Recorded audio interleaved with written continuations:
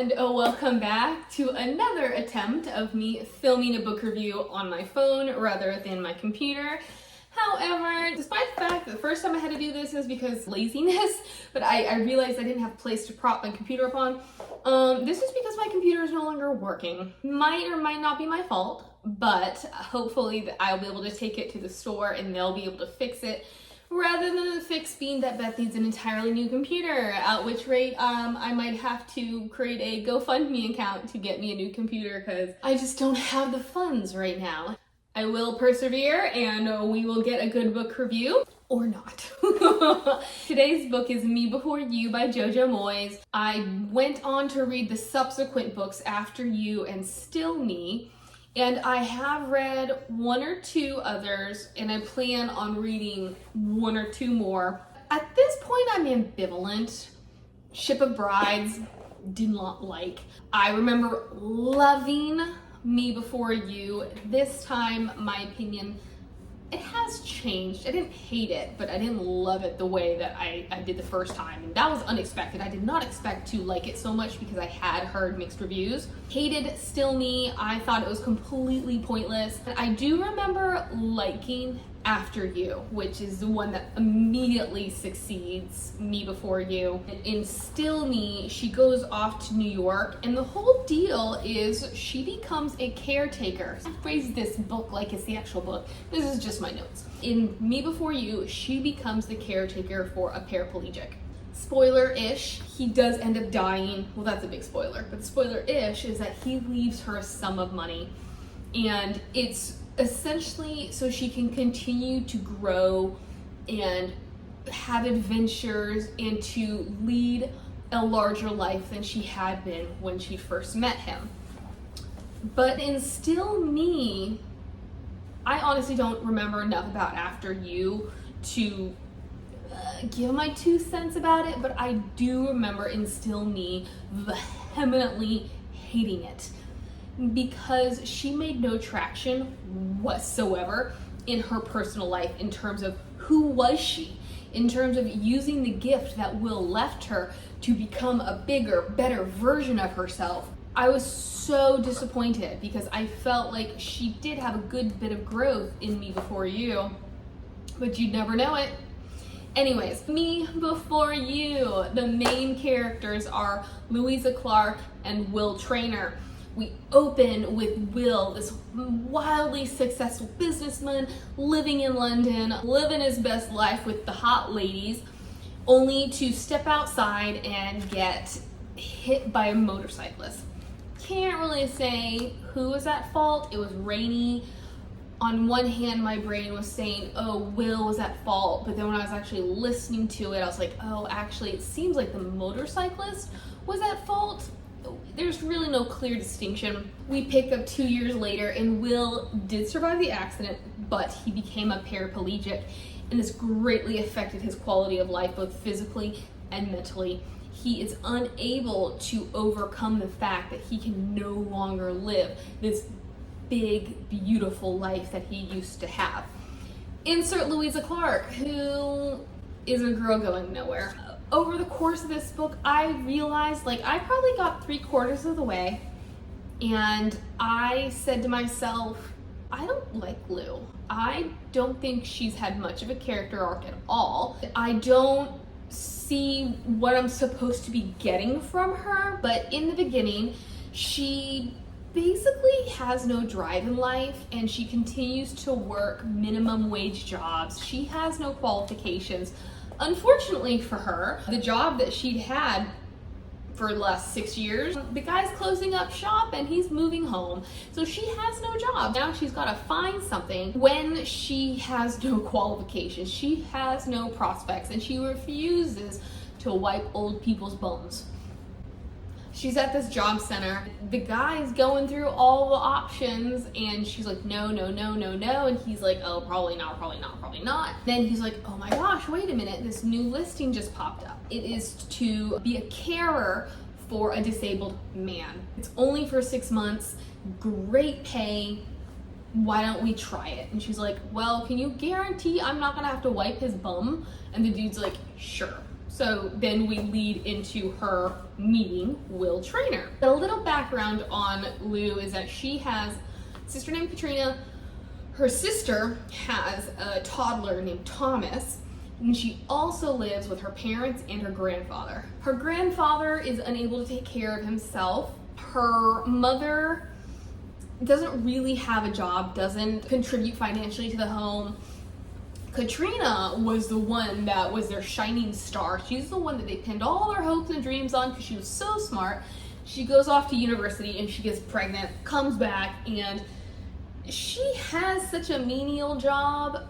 And I guess the majority of her money goes towards Thomas, but she's not contributing financially either. So it's really important that Lou have a job.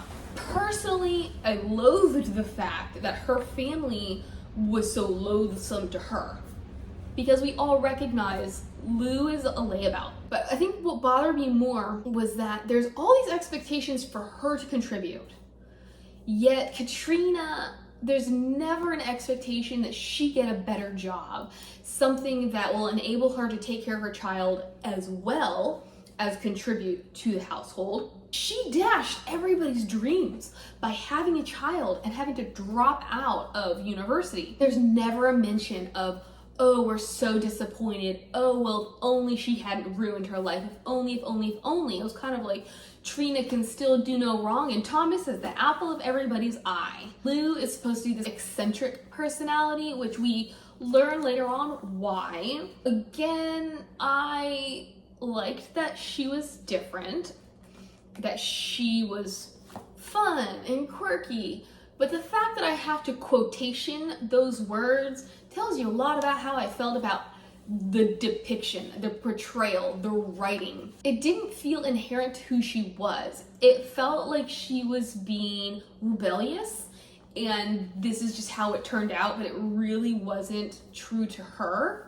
She's also been dating this guy named Patrick for 6 or 7 years. In the beginning, I will accept the fact that this is not a healthy relationship. This is not a relationship that improves either of their lives. What I do like is that in the movie, it's played by the kid who was Neville Longbottom in Harry Potter, and I really enjoyed seeing him in this different role, because Patrick is relatively arrogant. His whole life is about running and training for this big deal marathon. And he kind of goes along with this whole let's pick on Lou because Lou is a great victim. Really quickly, the question arises, why are they together except that they're complacent? We meet Will and we see the differences between the two men. Why is Lou not recognizing this? And even when she does recognize this, we get 3/4 of the way through the novel before anything ever happens about it. All just goes to character arc, to story arc, where I needed things to happen sooner because it's so obvious to everyone that changes need to be made. Everyone as in me, and I'm assuming every other person who's read this book. I don't know if this is me personally being like, why are people settling? And that could be me reflecting on myself, because in many ways I have settled. I like a happy ending, whether it is they live happily ever after, or it is, hey, I realized that I needed to change, so I made a change, and now my life is going to improve. I got very frustrated that Louisa continued to sit on her heels regarding all situations, particularly with Patrick, how she would make comments about their love life, their lack of chemistry. She would make comments about how he doesn't really support her and how she's the one who's always supporting him and his ambitions, how she doesn't feel comfortable in his friend group. Because when they met, she is not overweight, but she's not super fit. He, when they met, was not super fit at the time. It wasn't until later that he started running and he got involved in this running group. Now his entire lifestyle is involving these very fit people who, in her opinion, are always judging her because she's not super fit. However, before the incident that changed things for her, which, can you guess what that incident might be? In many ways, Moyes was not very inventive, but we're not getting to that yet. But before the incident, she was a typical girl, typical woman who she was super thin, wore clothes that showed off her figure, she was very vivacious, she had this long hair, and you get the sense that she was a lot more interesting then than she is now. Even though the whole purpose of this incident is to show that she, in light of the situation, decided not to conform anymore and to do what she wanted to do and to be who she wanted to be. Honestly, that person was somebody who had no ambition in life and liked to complain about whatever came her way. This just was not my day. Let's make it better with some likes and comments and some subscribes, and just saying, Beth, hang in there. You've got this, dude. She gets to the Traynors. She interviews with the mother, Camilla. Traynors are very wealthy. Camilla is a judge. I don't know what the dad does. I think he's in business. Obviously, Will doesn't do anything anymore, which kind of confused me eventually. Even though he has no movement, it didn't affect his brain or his ability to communicate. So why he apparently could no longer continue to run his company, I'm baffled by. But yeah, he is no longer involved in his company. We meet with Camilla. Louisa, not a very uptight, stuffy person, but her mother was like, you need to dress for the part. These are really posh people. She wears her mother's suit, which she is embarrassed to admit is too small for her. And so she's at this interview. It's not going very well because she doesn't have any qualifications. The skirt rips and she is very awkward. She's like, oh, it's hot. Is it okay if I take my jacket off? And she ties it around her waist to cover the split, which Mrs. Traynor still notices and makes a comment on. If in the end I truly saw a change in Lou, I could put up with all of this. But if Lou truly, after this beginning incident, was changing to be more comfortable in her own skin, why is she not comfortable in her own skin? It just kind of kept rubbing me the wrong way. Camilla, though, does decide she's gonna go with Lou, even though there were far more qualified applicants. She tells Lou it's because basically Lou's personality, because Camilla's end goal is to improve Will's quality of life and for Will to become happier and more satisfied with his situation, which, here's a spoiler, a big spoiler. The whole impetus behind bringing Lou in really is Will is so miserable that he wants to take his own life. I don't know if this place is real or not. I should have done my research, but I didn't. Dignitas, which is a Swiss-based organization or like institute in which they will help somebody commit suicide, because in Switzerland, or at least in this one area, it's legal to an extent.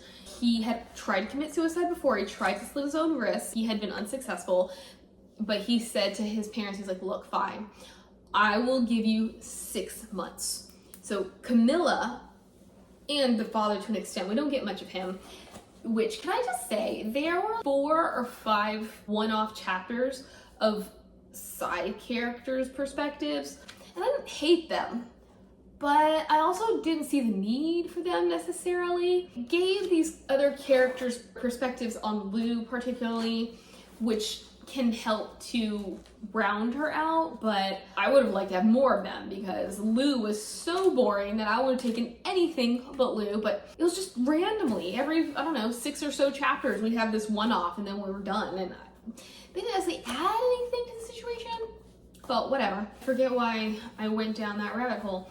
The whole deal is that Camilla thinks that she can convince Will to change his mind if she just brings somebody in who is capable of doing that, and Lou's eccentricness, her personality, all of that she believes will help turn the tables. Lou's first day does not go well. Will is the ultimate a-hole. She is like, I don't think I can do this. And it continues to go along in this fashion until she says she's had enough. She tries to quit, but her family's like, you can't quit, we need this money, because then eventually her dad loses his job too. Will does have a nurse per se, and his name is Nathan. This is the whole thing about Lou not wanting to wipe people's bums, which I will say she was surprised that Will was so young. She had expected to be taking care of Camilla Traynor's husband, but yeah, he was really terrible to her. The whole intent was to get rid of her. Like, he saw no point in her being around. They start to warm up to each other. So Lou discovers, she overhears a conversation regarding Will's intentions. This is when she's like, I can't do this, because she's grown fond enough of him. She thinks it's abhorrent that Camilla would even allow this. Why am I here? What am I doing? This was not what I signed up for. Camilla comes, is like, you signed a contract. It's only been 2 months. Like, you signed a contract. You need to honor your contract. Lou is like, yeah, fine, I'll do it. And she decides that what she's going to do is start planning things for Will to show him that he can enjoy his life as a quadriplegic. She goes onto this website, starts seeking advice from people.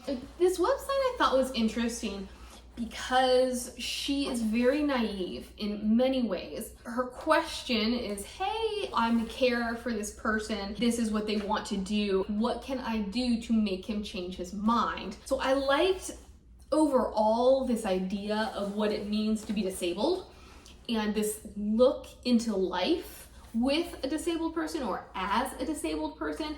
I did think it was informative for me. It made me think of things in a different way. The first outing that she plans is to the horse tracks. And so she and Nathan bundle Will up into his van. They get in there only to realize that it's all grass. The ground is in terrible condition because it's been raining, but they're able to get him inside. Lou is thinking they're having a good time. She's enjoying herself. It seems that Nathan is enjoying himself. Will is kind of withdrawn, but that's nothing unusual. And then they decide to go get lunch. They step into the restaurant and they're not allowed to be there because they don't hold a certain kind of pass. Lou thinks she's fighting for Will and his honor in trying to convince this hostess to let them in. And really all it's doing is embarrassing Will, which again, I liked the fact that Lou is trying and she's trying to be inclusive, but she just doesn't get it. She doesn't understand that she's not taking him into consideration at all. It's still kind of about her, which is what he points out later. But before he can point that out, they can't get him back to the van because the ground is in such bad shape. She's able to get this group of guys who are there on a bachelor party to help her, even though they're absolutely wasted. And they won't help at first until she lies and says that he got injured serving, and I guess they're all ex-service members. They get in the van. Will points this out to her that, well, first, Nathan points out, oh, look, there's an entire handicapped lot over there. How did they not see this? How did Lou not know this from all of her research? Will is just like, look, I hate the races. I've always hated horse racing, and you planned this not for me, but for you. And you're just like everybody else in that you aren't taking me into consideration at all. You're not asking me what I want. You're doing what you think I want. So I love this little come to Jesus moment. It does curb the events that she tries to plan. Not all of them are successful, but Will seems to be coming back into himself. Lou is just really excited that he seems to be accepting his life and enjoying his life.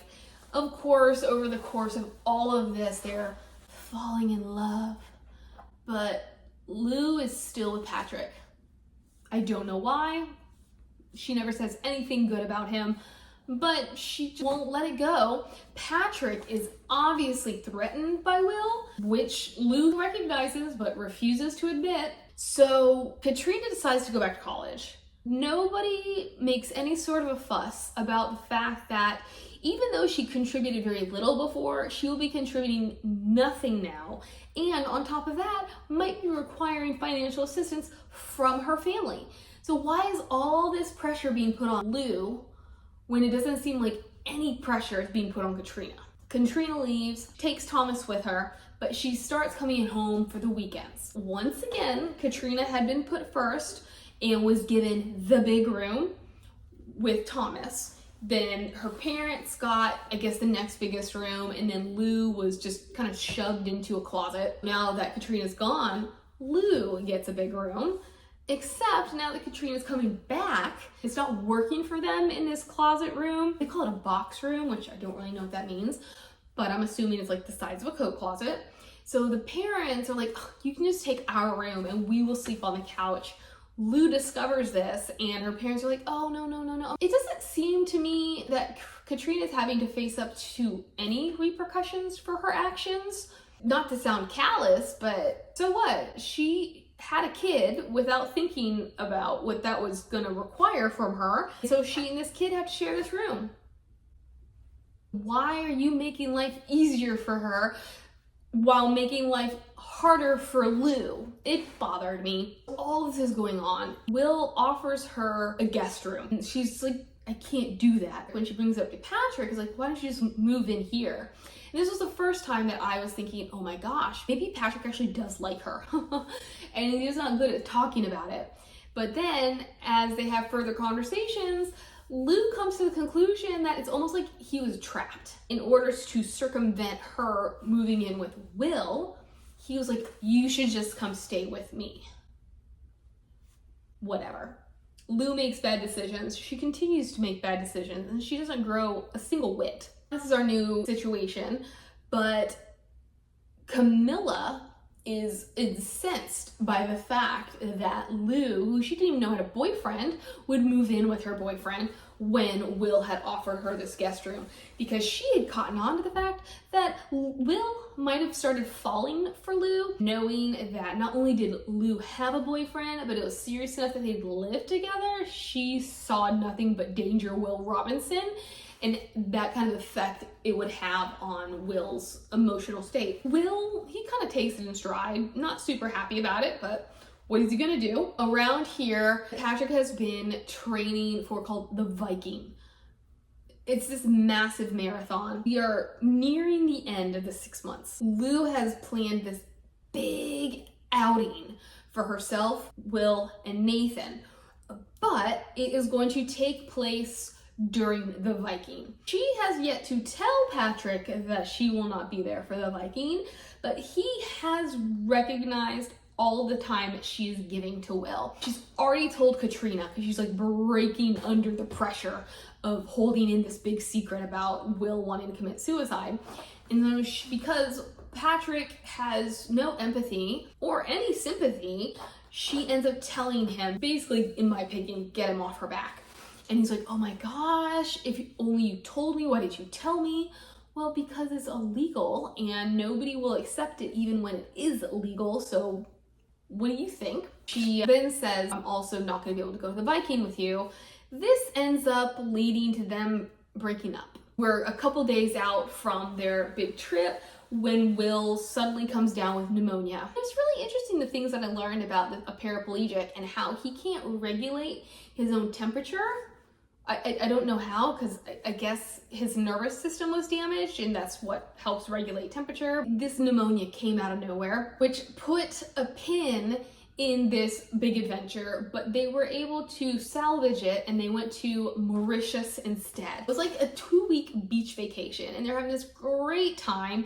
Nathan, who's actually from New Zealand, meets this girl from New Zealand and they're having their little affair. One night when he's off with this girl, Will and Lou are just having this great time under the stars. She says, I love you. He basically reciprocates, but as they're kissing, he pulls away. This leads to an argument about how nothing she's done has made a difference, how she means nothing because nothing is going to change his mind. Nothing is important enough to stay here for. I remember liking this moment and liking the way that Will stands up for herself and stands up against Will.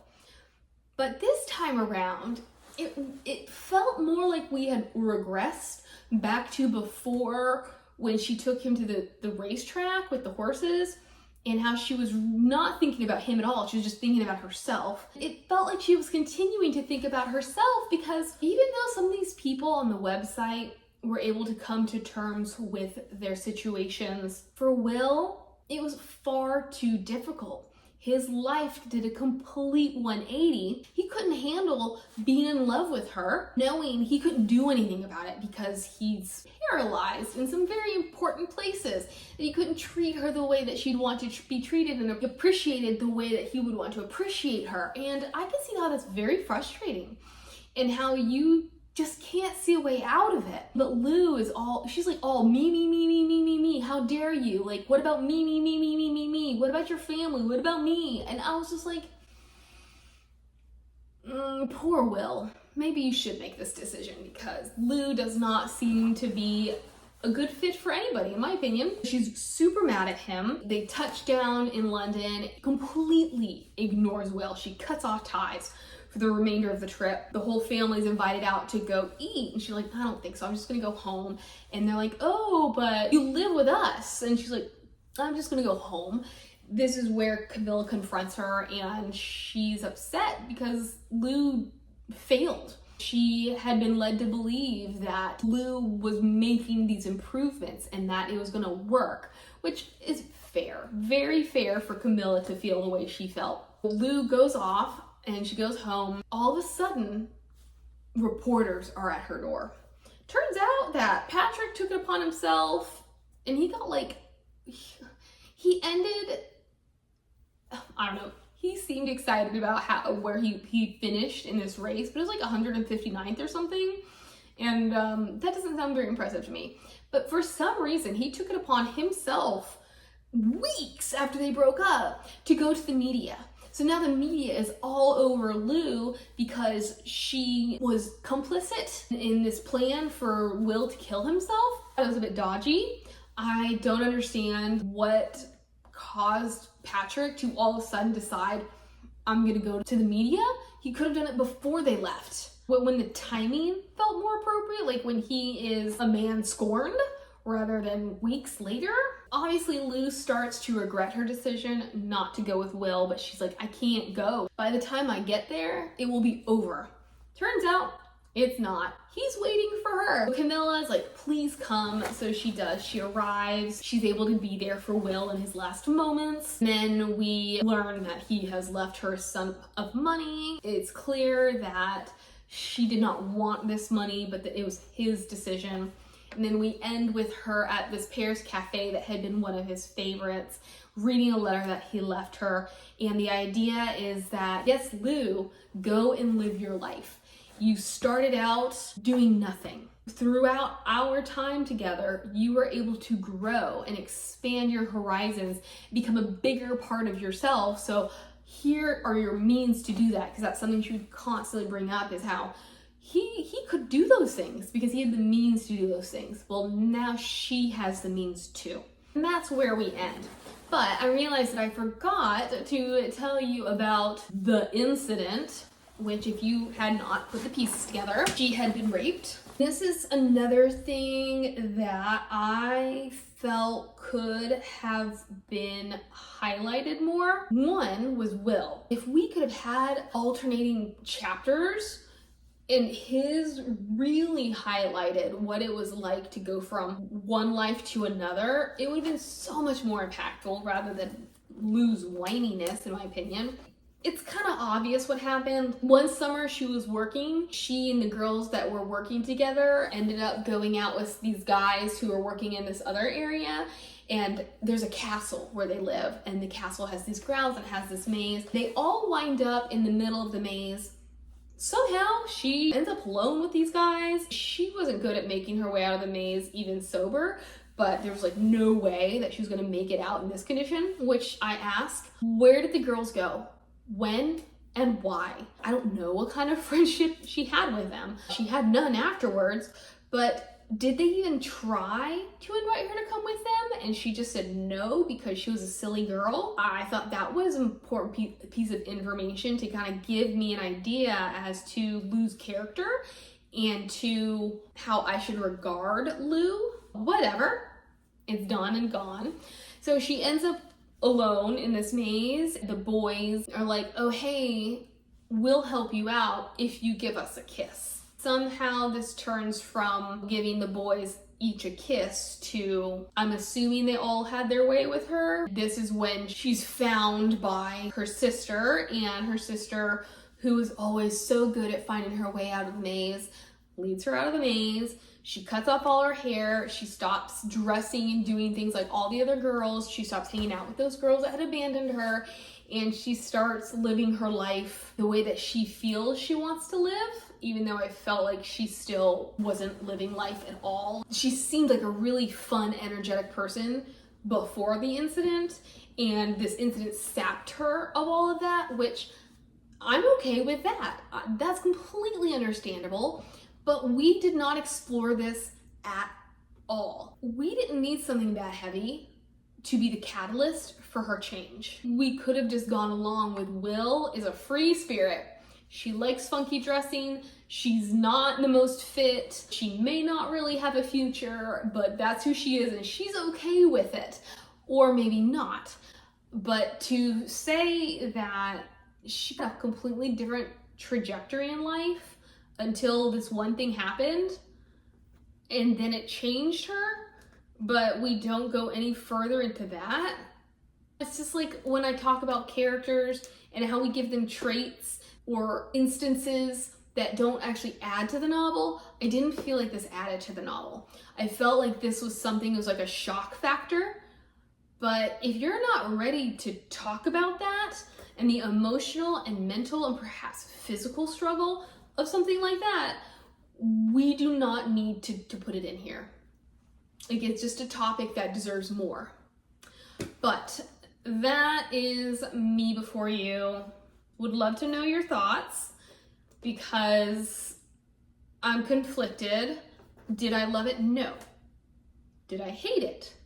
No. Am I reading it the wrong way? Is it just not scratching my itch for the way that I like my books to go? I don't know. Again, you tell me, and we will be back for more books. Bye.